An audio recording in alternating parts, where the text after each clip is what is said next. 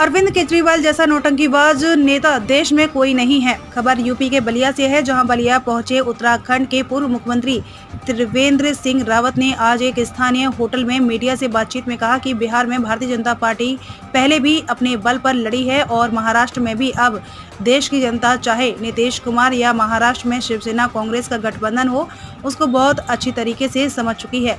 वह एक्सपोज हो चुकी है और इसलिए भारतीय जनता पार्टी देश में सरकार बनाएगी। लोकसभा सांसद पिछली बार विजय होकर आए थे, इस बार भी भारतीय जनता पार्टी प्रचंड बहुमत के साथ केंद्र में सरकार बनाएगी। वहीं कर्नाटक में जीत के बाद राहुल गांधी के बेहद मुखर होने के सवाल पर कहा कि राहुल जितना बोलेंगे भारतीय जनता पार्टी को फायदा होगा और जिस तरह से वह नादानी कर रहे हैं, जो कुछ विदेश में जाकर के उन्होंने देश की बदनामी की है। राहुल गांधी की जो राजनीतिक समझ है उसको देश की जनता समझ चुकी है। देश की जनता कांग्रेस को नकार चुकी है, इसीलिए राहुल गांधी कितने मुखर होते हैं उससे कोई फर्क नहीं पड़ता है। इससे भारतीय जनता पार्टी के पास चुनौती इतनी है कि हमको इस बार और अधिक वोट बढ़ाने की चुनौती है, उसको हम बढ़ाएंगे। भाजपा में अब तक सम्मान नहीं मिलने के सवाल पर कहा कि मैं भारतीय जनता पार्टी राष्ट्रीय कार्य समिति का सदस्य हूं और पार्टी समय समय पर जिम्मेदारी देती है और उस जिम्मेदारी को एक कार्यकर्ता होने के नाते निभाता हूं। वहीं समाजवादी पार्टी पर तंज कसते हुए कहा कि समाजवादी पार्टी क्या नाटक रच रहे हैं, किस तरह का मुखौटा ओढ़ रही है, यह प्रदेश की जनता जान चुकी है। प्रदेश की जनता भूली नहीं है। समाजवादी पार्टी ने जिस तरह से उत्तर प्रदेश को गुंडाराज में झोंकने का काम किया है, तमाम माफिया समाजवादी पार्टी कैडर रहा है और कैडर ही नहीं, उनको माननीय बनाने का काम किया है। इसीलिए समाजवादी पार्टी का मुखौटा है, उसको प्रदेश की जनता अच्छी तरह जानती है और प्रदेश की जनता ने पहले भी नकारा है और इस बार भी नकारेगी। वहीं अरविंद केजरीवाल के सवालों पर कहा कि अरविंद केजरीवाल जैसा नौटंकीबाज नेता देश में कोई नहीं है। अरविंद अगर नौटंकी सीखना चाहते हैं, अखिलेश अगर नौटंकी सीखना चाहते हैं, उसमें भला हम क्या कर सकते हैं, लेकिन यह खाली इनके दिखावे का नाटक है। आप कुछ दिन इंतजार करिए, सब चीजें सामने आ जाएंगी। यह किस तरह आपस में लड़ेंगे, किस तरह से एक दूसरे की गर्दन काटेंगे, आप सब देखेंगे। वहीं गठबंधन के सवाल पर कहा कि राजनीतिक पंडित इसका विश्लेषण करेंगे। 2024 के लोकसभा चुनाव के सवाल पर कहा कांग्रेस बीते समय की बात रह गई है और राहुल गांधी जो कुछ बोल रहे हैं वह उसी बौखलाहट में बोल रहे हैं, उसी मानसिक परेशानी में बोल रहे हैं। लेकिन किसी भी मानसिक परेशानी से जूझ रहे व्यक्ति को भारत की जनता स्वीकार नहीं करेगी, वह पहले भी नकार चुकी है। बलिया यूपी से संजय कुमार तिवारी की रिपोर्ट। क्या आपको लगता है कि महाराष्ट्र व बिहार में पुराने सहयोगी नीतीश कुमार व उद्धव ठाकरे के विरोधी खेमे में जाने के बावजूद भाजपा लोकसभा के आगामी चुनाव में सफलता प्राप्त करेगी? देखिए, बिहार में भारतीय जनता पार्टी पहले भी अपने बल पर लड़ी और महाराष्ट्र में भी, और अब देश की जनता चाहे नीतीश कुमार हों या महाराष्ट्र में शिवसेना कांग्रेस का गठबंधन हो, उसको बहुत अच्छी तरह समझ चुकी है और वो एक्सपोज हो चुके हैं। और इसलिए भारतीय जनता पार्टी देश में सरकार बनाएगी। लोकसभा सांसद जिस तरह से पिछली बार विजय होकर आए थे, इस बार भी भारतीय जनता पार्टी प्रचंड बहुमत के साथ केंद्र में सरकार बनाएगी। हिमाचल के बाद कर्नाटक में जीत के बाद राहुल गांधी भाजपा के विरुद्ध बेहद मुखर हैं। अमेरिका से अब वह मोदी सरकार पर निशाना साध रहे हैं, क्या कहेंगे? राहुल जितना बोलेंगे उतना भारतीय जनता पार्टी को फायदा होगा। और जिस तरह से वो नादानी कर रहे हैं, जो कुछ विदेश में जाकर जिस तरह से उन्होंने देश की बदनामी करने का प्रयास किया है, राहुल गांधी की जो राजनीतिक समझ है उसको देश की जनता समझ चुकी है और देश की जनता कांग्रेस को नकार चुकी है। इसलिए राजीव गांधी कितने मुखर होते हैं उससे कोई फर्क नहीं पड़ता, उससे भारतीय जनता पार्टी और मजबूत होती है।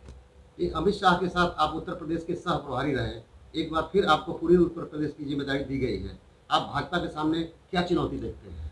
नहीं, भारतीय जनता पार्टी के पास चुनौती इतनी है कि हमको इस बार और अधिक कितना % वोट बढ़ाना है। वोट बढ़ाने की चुनौती है, उसको हम बढ़ाएंगे। ये लगभग 2 साल का समय गुजर गया।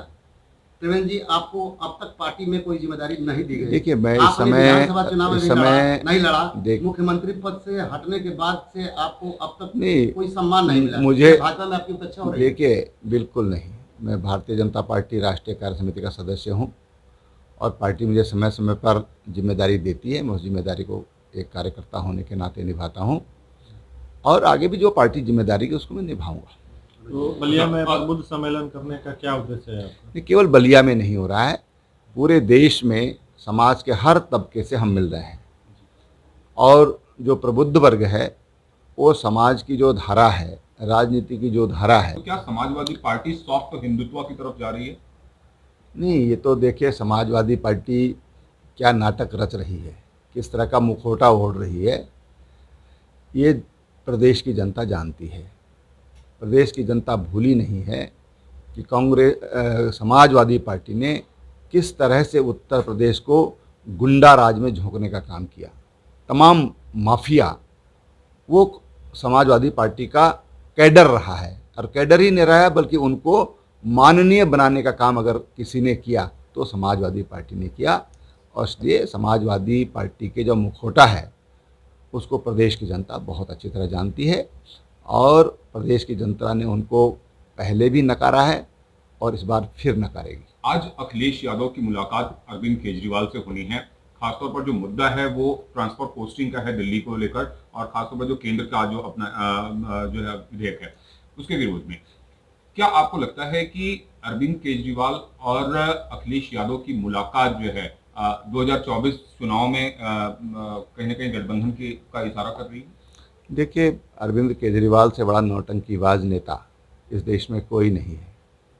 अखिलेश अगर कोई नौटंकी गुरु उनसे सीखना चाह रहे हैं तो उसमें भला हम क्या कह सकते हैं, लेकिन ये खाली इनका दिखावे का नाटक है।